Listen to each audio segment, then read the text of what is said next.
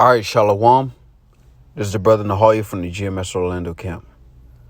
I want to start off by giving all praise, honor, and glory to Yahweh Bahashem, Yahweh Shai Bahashem, Rakah Kodash. Double honors to the apostles and the elders of Great Millstone, who are the elders of Yashar Allah. And a sincere salutation to all you Akim, who are preaching this word and believing this word. And to the Akwath, who are believing this word in all truth and in sincerity. Yahweh is the name of the one they ignorantly call God. Yahweh Shai is the name of the one they ignorantly call Jesus. Bahashem is in the name. Rakah is spirit. Kodash is holy. Akyam is brothers. Akwath is sisters. Shalom means peace. And Yashar Allah is Israel in the ancient Paleo-Hebrew. This is 2nd Esdras, chapter 2, and verse 44. So I asked the angel and said, Sir, what are these?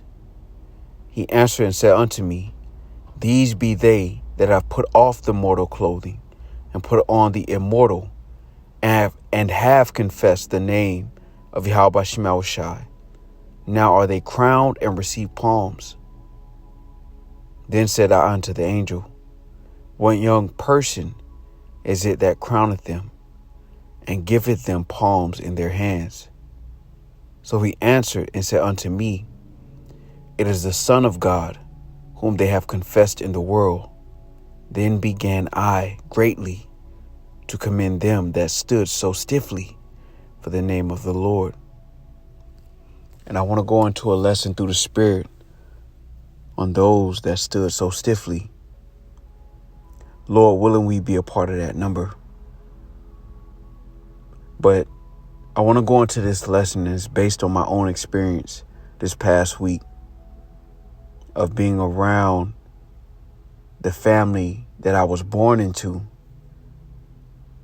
and understanding how much more I appreciate the family I was really born into.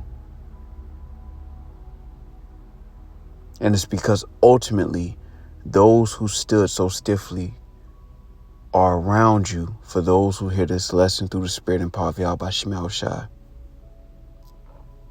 Lord willing, we be a part of that number.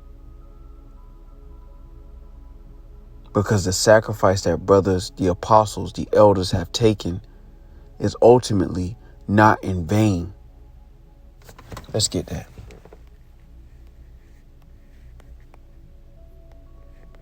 This is Ecclesiastes chapter 16 and verse 13. The sinner shall not escape with his spoils, and the patience of the godly shall not be frustrated. Because ultimately the elect are the fathers in the kingdom of heaven. And their patience, their long suffering under Yahweh Shai is going to develop and manifest into the kingdom of heaven. You know, we talk all the time about the elect and how they're going to have a greater status than the average Israelite. The average Israelite is going to appreciate it because they're going to understand where they came from and the groundwork that has been laid for them to enjoy what they enjoy. And as an example of that, right, the work, the sacrifice in real life in 3D that our apostles have laid down consistently has laid the groundwork for us to even know who we are in 2023. When you think about the gravity of this moment, the Wadi Halba Shemel Shah, because to even be this close to those that stood so stiffly, Lord willing, we be a part of that number, is a great privilege. This is Philippians chapter 1, and I'll start at verse 5. For your fellowship in the gospel from the first day until now, being confident of this very thing, that he which hath begun a good work in you will perform it until the day of Yahweh Shai HaMashiach. to even know what you know in this day and age is very rare. And speaking as a man in the flesh, there are times where it's difficult, right? There are times where it hurts, right? Even knowing what you know, knowing that the elements shall melt with fervent heat. There are times where this moment in life is difficult. No matter how precious it actually is, there are times where this is difficult. Yet that's where patience actually plays itself out. Because if this was easy, you wouldn't be patient actually. Because to be patient is to suffer. Down here, we always use this analogy that we go through peaks and we go through valleys in this truth, highs and lows. And ultimately, that state of mourning makes us better through the spirit and power of Yahweh Shemel Shai. But when you look at the walk of those who have walked before us, let's get there.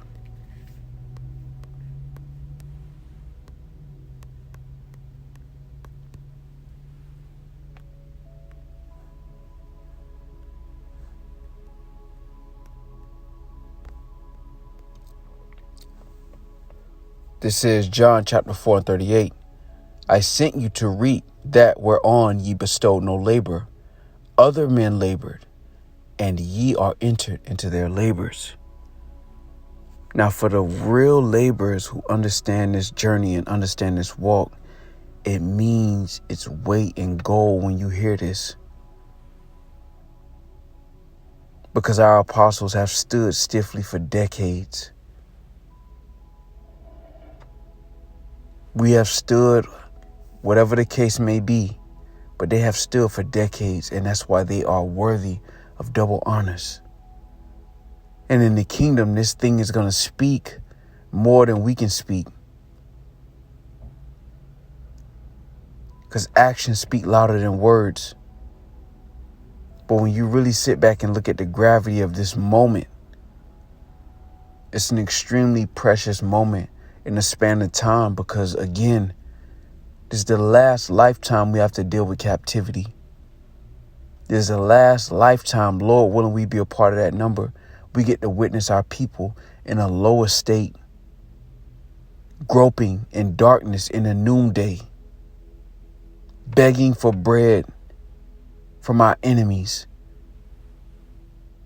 And then when you think about the groundwork that's been laid, it puts everything into perspective in real time. And this lesson is inspired through the Spirit by being able to have interactions with those that I've grown up with and seeing those who I've spiritually grown up with and knowing the difference and the actual weight of this lifetime. And how important and special it is for you to know what you know in this lifetime. Because you, just like I, have had people that were closer to us in this world that may never make it on this side.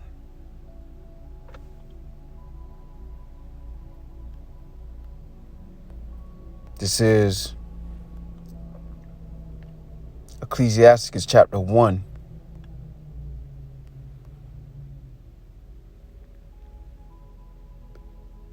And I'm going to jump down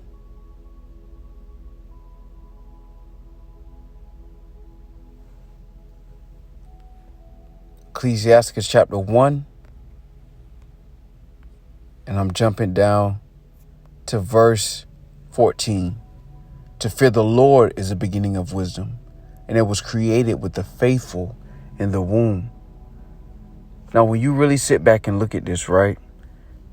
Everything has been made according to the Lord's pleasure.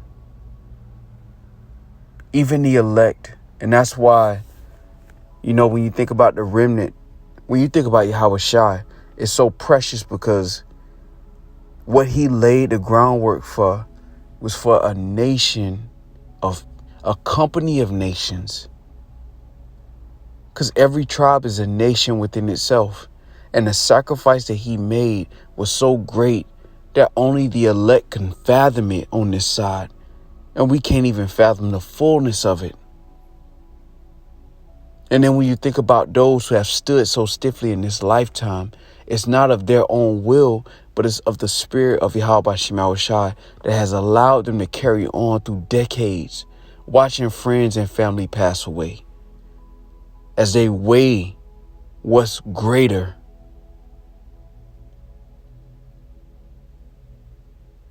Lord willing, this be edifying. Through the spirit and power of Yahweh Shema Shai, I was thinking about this. I was meditating on this, and it inspired me to just go into the spirit, because again, this is a great sacrifice. And whatever your sacrifice may be through the spirit and power of Yahweh Shema Shai, Lord willing, it be worthy.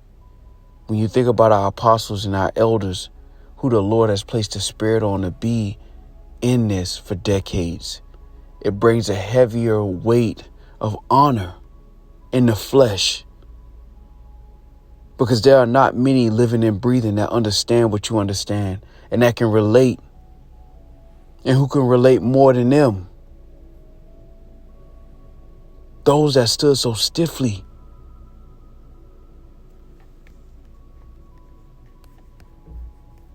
This is Revelation chapter 2 and verse 26. And he that overcometh and keepeth my works unto the end, to him will I give power over the nations, and he shall rule them with a rod of iron, as the vessels of a potter, so they be broken to shivers, even as I received of my fathers. And I want to grab this.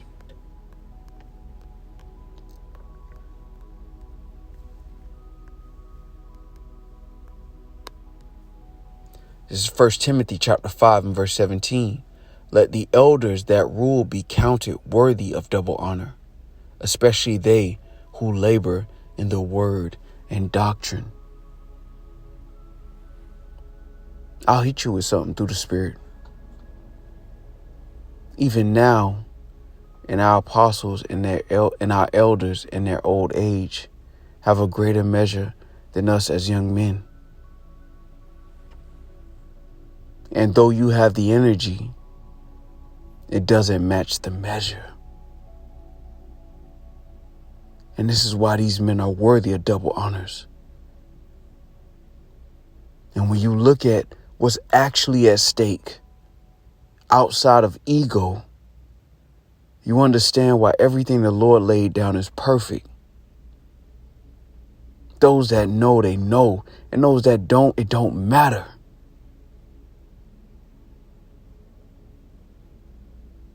This is the victory lap. And it comes with bittersweet moments.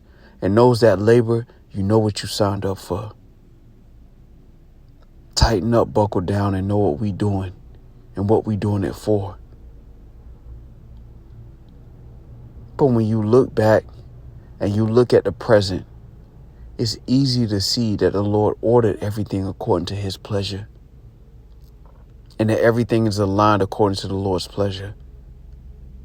And we hope to be those men that stood so stiffly for the name of Yahweh Shema Shai. But to even have this right now means something. It may be a Thursday in captivity. However, it's a Thursday in captivity with the truth, and that means something. Win, lose, or draw, that means something, and it ain't no losses. This is John chapter 6 and verse 44. No man can come to me except the Father which has sent me draw him, and I will raise him up at the last day. And I meditate on this often because, again, we're not here because we're not here because we wanted to be here. We're not here because we chose to be here. We're here because the Lord wanted us to be here. Whatever measure you have, holding signs, reading, bringing waters, whatever lot you have, is special compared to what you want it to do. Think about that.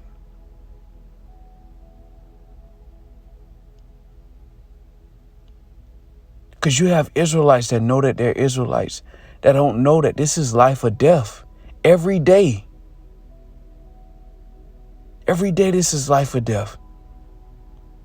And when you think about the risk and what that means, imagine those that came before you. We have entered into other men's labors.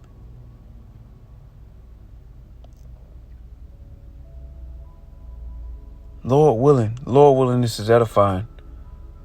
This is John again, John chapter 6 and verse 44.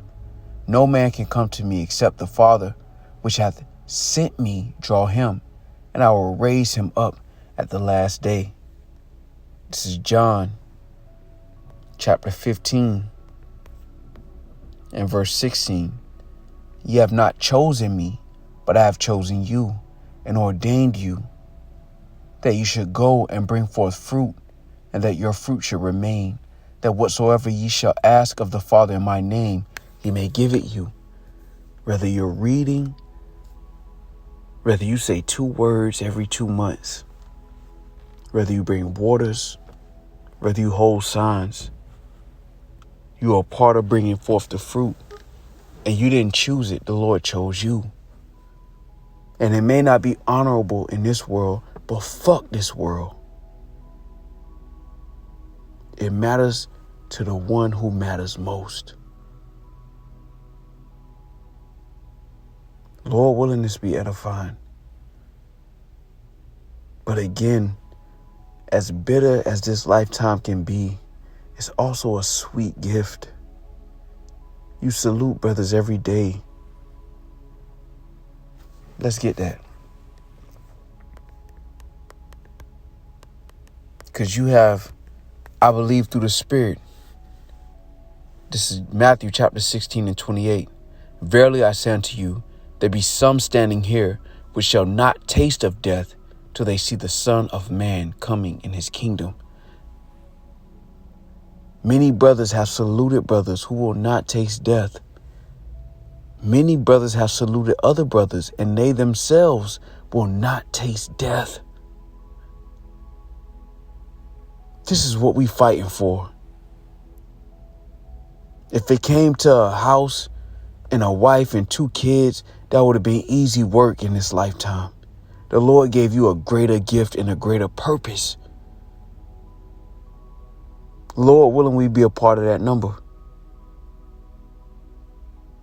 And that's why when Edris said he greatly commended them that stood so stiffly, you get a window into understanding why he said that.